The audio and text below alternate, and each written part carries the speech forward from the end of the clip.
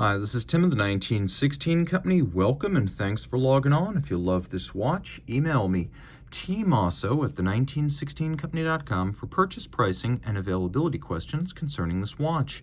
Today we have something very special. We have a classical era Breguet designed by Daniel Roth and equipped with its full original box and paper set.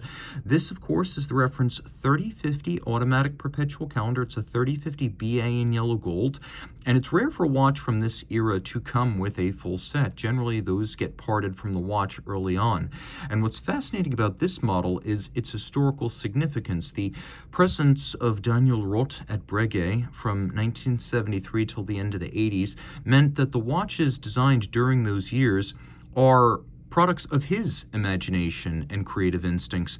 And so while it's true that the Daniel Roth brand is back today under LVMH, if you want a watch authentically created by him, you shop 70s, 80s, and early 90s Breguet, as well as the original 1988 to 1994 Daniel Roth branded watches. So this watch, of course, created back in that golden era when Daniel and Louis Maurice Caillet and Francois Baudet were running Breguet under the Chaumet brothers. They moved the company from Paris to Le Sentier, and volume was low. This model, which was created in 1976 towards the beginning of the run, was made in low volume. According to Baudet, who was overseeing the operations at the time, somewhere between 2 and a dozen examples of this model could be made per year due to the limitation on the skills necessary to create, decorate, and regulate these parts. So even in its day, this was an uncommon sight.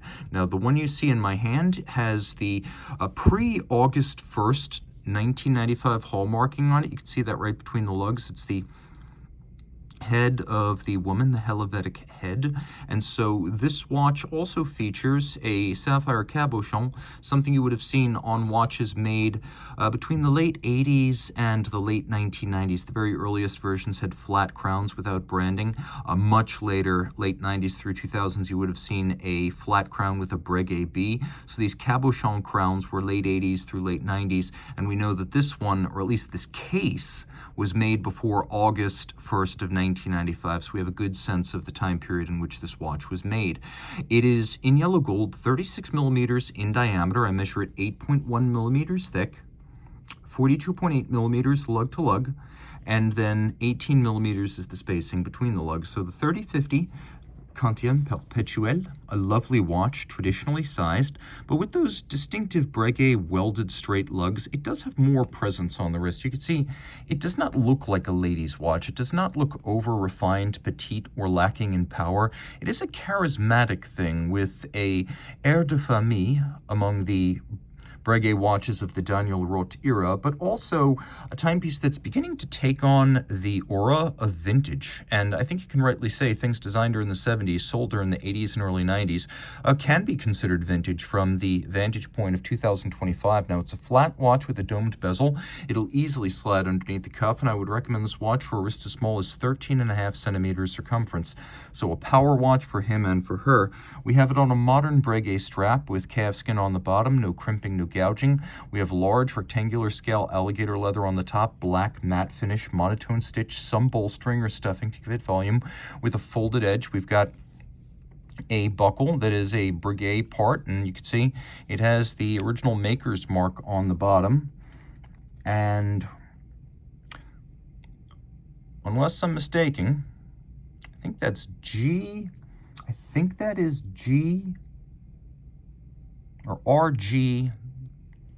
Something in Roland Gilbert Gascon, and I could be wrong about that, but that's what I think I'm looking at right there. But what you can see easily here is that the strap is fixed to the buckle by a screw and a bar, and then we have a screw and a bar fixing the strap to the watch as well. So this is a very secure and upscale and somewhat more expensive way to attach straps to a watch, but it does avoid the pitfalls of spring bars. I've seen too many of them. The lugs are welded on by hand and then manually filed to create that sharp break between lug and case. A very laborious way to build a case, but the old-fashioned way and the high horology way. We also have a case that's cold rolled to create this coining and then hand finished in a jig to ensure it's clean, precise, and luxuriously detailed. We do have pusher adjusters for correcting the calendar. And you can see that cabochon on the crown. You can see it's a modular complication. The base is a Breguet P71. Doing business here is Breguet 502, and then the Perpetual Calendar module. You can see the center line of the pusher is higher than the center line of the crown. It sits above.